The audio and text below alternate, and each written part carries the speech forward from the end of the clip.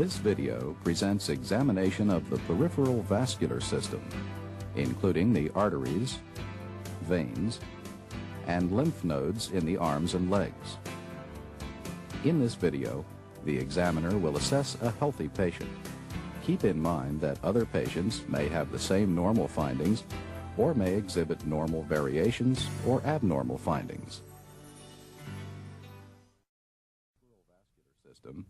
Begin by inspecting both arms from the fingertips to the shoulders. And turn them over. Note areas of edema, discoloration, rashes, scars, and changes in skin texture. None are seen here. Also note hair distribution and venous patterns. Assess the skin temperature of the hands and lower arms with the sensitive backs of your fingers, comparing both sides. If you detect unusual coolness or temperature differences, check further up the arms. Next, palpate the radial pulses and compare their amplitudes. If you suspect arterial insufficiency in an arm or hand, feel for the ulnar pulse. The pulse of a normal ulnar artery may not be palpable. To help determine the patency of the ulnar artery, perform the Allen test. Place your thumbs lightly over the radial and ulnar arteries and tell the patient to clench his fist tightly. Then firmly compress both arteries between your thumbs and fingers. Open your hand. Have the patient open and relax his hand. Note the color of his palms and fingers, which should be pale. Then release the pressure over the ulnar artery. If the artery is patent, the palm should turn pink in 3 to 5 seconds. I'd like to repeat this test to check the other artery. Will you make a fist again, please? To assess the patency of the radial artery when indicated, open your hand. Repeat these steps, but release the pressure over the radial artery.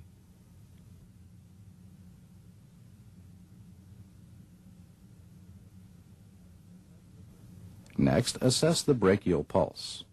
Flex the patient's elbows slightly. Then, with the thumb of your opposite hand, palpate the pulse at the antecubital crease, just medial to the biceps tendon. Then try to feel the epitrochlear node.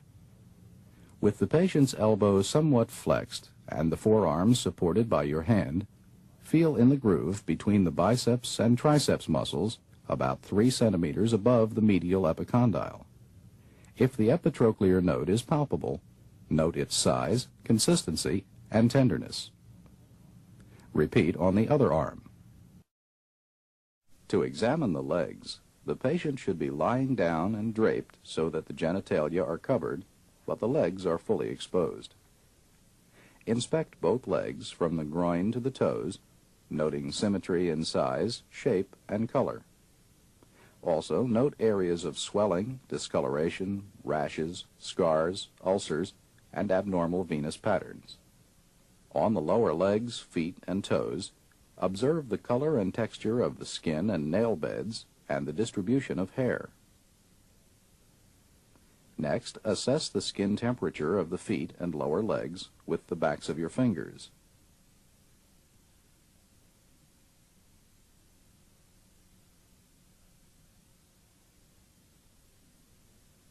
If you notice unusual coolness or temperature differences, check further up the legs. Next, palpate the femoral pulse by placing your fingers midway between the anterior superior iliac spine and the symphysis pubis and pressing deeply below the inguinal ligament. Just medial to the femoral pulse, palpate for tenderness of the femoral vein. Then, palpate the superficial inguinal nodes, including the vertical group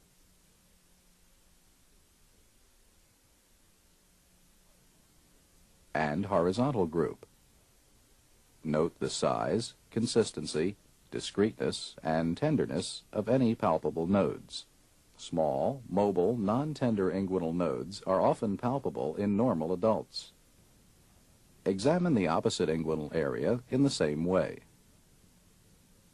If the patient is very obese, you may need to place one hand on top of the other, like this, to facilitate examination of the femoral pulse and inguinal area. I'd like to check the pulses in your knees now. To examine the popliteal pulse, slightly flex the patient's knee. Press the fingertips of both hands deeply into the popliteal fossa, slightly lateral to the midline. The popliteal pulse is frequently more difficult to find than other pulses because it is deeper and more diffuse. Compare this pulse with the popliteal pulse on the other side. If the popliteal pulse is difficult to find, try this approach. With the patient prone, flex his knee to 90 degrees. Let his lower leg relax against your shoulder or upper arm and press your thumbs deeply into the popliteal fossa. Next, assess the dorsalis pedis pulse by palpating the dorsum of the foot, just lateral to the extensor tendon of the big toe. If you cannot feel a pulse, move laterally. The dorsalis pedis pulse may be congenitally absent. Check the posterior tibial pulse by curving your fingers behind and slightly below the medial malleolus of the ankle. Then feel for both of these pulses on the other foot. Now check for edema.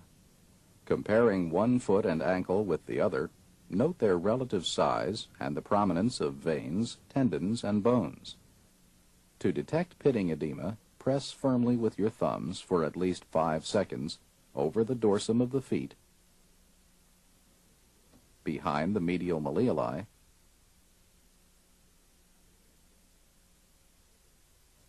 and over the shins. Note any indentation caused by your thumb pressure.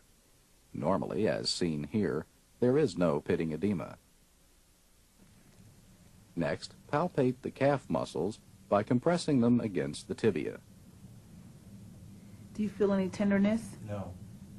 Note any tenderness, increased firmness, or tension of the muscles that might suggest deep venous thrombosis. I'd like to perform a test to look at the circulation in your legs. I'm now going to raise your legs. If pain on walking or diminished pulses suggest arterial insufficiency, look for postural color changes.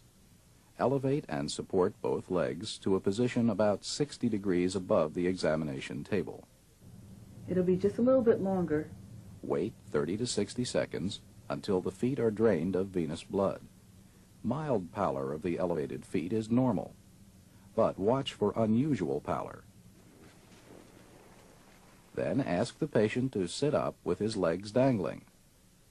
Comparing both feet, note how long it takes for the skin to return to its usual color, normally about 10 seconds, and for the veins of the feet and ankles to fill, usually about 15 seconds.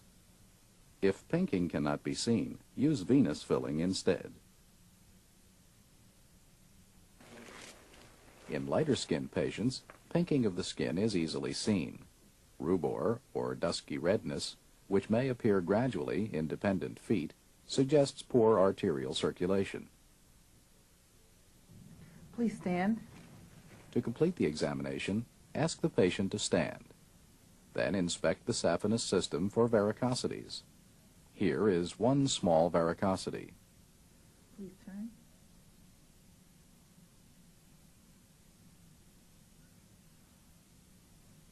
And another. Do you have any tenderness? No. Look for redness or discoloration and feel for tenderness and cords. Turn. Note these smaller venous enlargements behind the knees.